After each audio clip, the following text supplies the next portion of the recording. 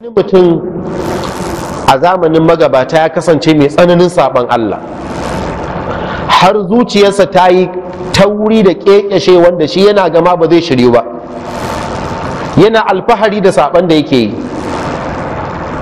Sai wasu mutane suka ce da shi, ga wani bawan Allah ce ana ce da shi Ibrahim bin Adham, da bawan Allah can zai maka wa'azi muna ganin za ka iya shiryuwa. Sai ce ni fa da kuke gani ba irin zunubin da ke mun kwarjini, ba wani laifin da ban iya aikata shi. Suka ce da dai za ka je maka wa'azi kila ka shiryu. Sai dai ya same shi ma da fuskan izgilanci, ya ce mutane sun ce da ni wai in kai min wa'azi wai kila zan shiryu. Buɗan bakinsa sai ce shirya ba hannuna take ba hannun Allah take. Kun ga tun anan ya fara sausauta zuciyarsa, ya ce ni ba ni da daman in shiryar da kai, amma Allah yana da daman in shiryar da kai ya so ka da rahama. Sai ce to ta yaya? Ya ce masa in za ka iya kiyaye abubuwa guda 5 ka kwantar da hankalinka ka je ka yi duk zunubin da za ka yi ba matsala. Ya ce malam me kake cewa? Na ce maka ba zunubin da ban iya aikatawa. Ya ce ni ma na ce maka in za ka iya kiyaye abubuwa 5 ka je ka yi duk zunubin da za ka yi. Sai ce in fa muka je gaban Allah ra alkiyama ya sa a kamo ni zan ce kai ka faɗa. Zai ce ka ce ni na faɗa. Ya ce to faɗa min in ji. Ya ce to in za ka saba ma Allah ka yi ƙoƙari ka je inda Allah ba zai ganka ba, sai kai abin da ranka yake so. Ya shiru. Ya ce inda Allah ba zai ganni ba? Ya ce to ai ban san wannan wurin ba.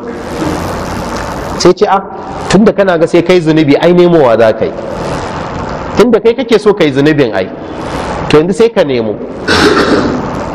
Ya ce kai wannan ba zai samu ba, ala gafarta malam, na san kuma wanda duk za ka faɗa sauran 4 nan ba za su kai wannan tsanani ba. Wanne ne na biyu?